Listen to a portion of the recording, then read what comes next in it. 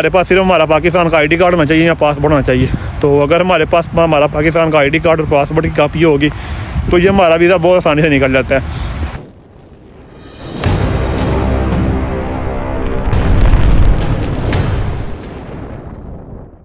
अस्सलाम वालेकुम, क्या हाल चाल है? उम्मीद करता हूँ सब ठीक ठाक और हरियत से होंगे। तो आज की वीडियो में मैं आपको बताऊंगा कि इटली इमिग्रेशन 2023 जो फ्रूसी इमिग्रेशन इसमें बहुत बड़ी तब्दीली आ गई है।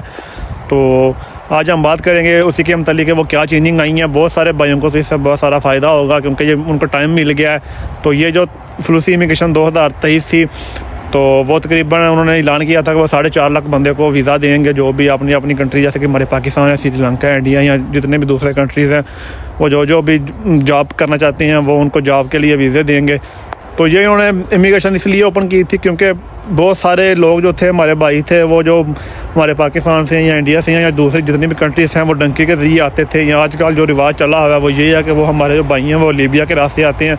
तो बहुत सारे लोग डूब रहे थे, बहुत सारी जानों का खतरा था। तो इस वजह से इन्होंने फिर ऐलान किया, इन्होंने बैठक की, इनके जो बड़े होते हैं तो इनके जो बड़े थे उन्होंने मीटिंग की।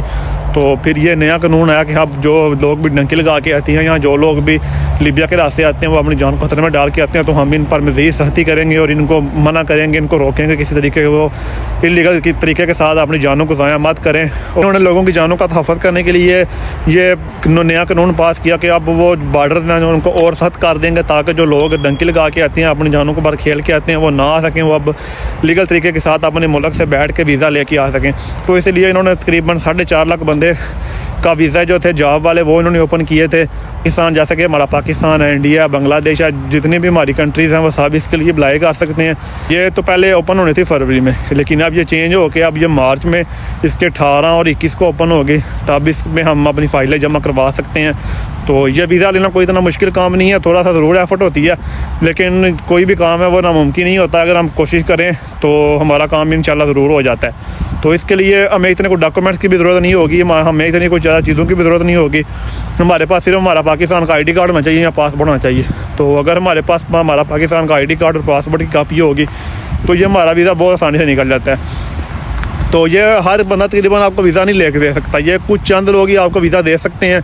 इटालियन लोग हैं, उनको भी अगर किसी बंदे की वाकई ज़रूरत है तो फिर वो वीज़ा लेके दे सकते हैं ना। तो ये जो इमिग्रेशन ओपन हुई थी इसमें से 2 कैटेगरीज आती थी, 2 तरह के वीज़े इसमें से निकल सकते थे। एक आता था नॉन सीजनल वीज़ा और एक आते थे सीजनल वीज़ा। तो जो सीजनल वीज़ा है उसमें जो हमाम का काम है, वेल्डिंग का काम हो गया, लेबर का काम हो गया, प्लम्बरिंग का काम हो गया, इस तरह बहुत सी कैटेगरीज जो हैं वो इस काम में आती हैं सीजनल वीज़ा में। और जो दूसरी कैटेगरी है उसमें आता है नॉन सीजनल वीज़ा। तो नॉन सीजनल वीज़ा में एग्रीकल्चर का काम आ जाता है। तो जैसा कि अभी आप देख सकते हैं, ये मैं तकरीबन खेतों में ही घूम रहा हूँ अपने गाँव के बाहर वाइल्ड साइड पर। तो यह जो काम है उसमें से जो नॉन सीजनल वीज़ा है उसमें जो एग्रीकल्चर का काम आता है। तो अभी हम बात करते हैं कि हमें वीज़ा अप्लाई करने के लिए कौन कौन से डॉक्यूमेंट की ज़रूरत होगी। तो हमें सिर्फ अपने पासपोर्ट की और आईडी कार्ड की फ़ोटोकॉपी की ज़रूरत होगी। हम जिससे भी वीज़ा लेंगे उसको हम इधर सबसे पहले जो वीज़ा निकलेगा वो इटली में निकलेगा। तो जो भी हमें वीज़ा लेके देगा हमको सबसे पहले उसको अपने पासपोर्ट की कापी और आईडी कार्ड की कापी देनी है। मतलब कि जैसा कि कोई भी इटालियन अगर उसको हम एक बंदे की ज़रूरत है जिसने वीज़ा निकलवा के देना है तो उसने ऐसा करना है, आपसे आपकी पासपोर्ट की कापी और आपकी आईडी कार्ड की कापी मंगवा के ले लेनी है। उसने अपने डॉक्यूमेंट शो करवाने हैं, यहाँ पे जो भी इनका इमिग्रेशन ऑफिस है वो वहाँ पर जाएगा, अपने डॉक्यूमेंट शो करवाएगा कि मेरा ऐसी प्रॉपर्टी है, मेरा ये काम है और मुझे ऐसे ऐसे एक बंदे की या 2 बंदे की ज़रूरत है। तो वो फिर पूछेंगे मतलब कि कौन से बंदे की ज़रूरत है, तो वो आपके डॉक्यूमेंट्स देगा। तो फिर पहले आपका वीज़ा इधर से निकलेगा। तो जब आपका वीज़ा इधर से निकल जाएगा उसको नुला सा बोलते हैं, तो वो नुला सा वो आपको भेज दिया जाएगा। तो आपने फिर पाकिस्तान में जो इटालियन एम्बेसी है उधर की अपॉइंटमेंट लेनी है। तो उधर भी आपका छोटा सा इंटरव्यू होगा, वहाँ पे एक इटालियन बैठा होगा, साथ में हमारा पाकिस्तान का कोई ना कोई ट्रांसलेटर बैठा होगा। तो वो आपसे सवाल करेगा, छोटा सा इंटरव्यू होगा। तो इतनी घबराने की ज़रूरत नहीं है।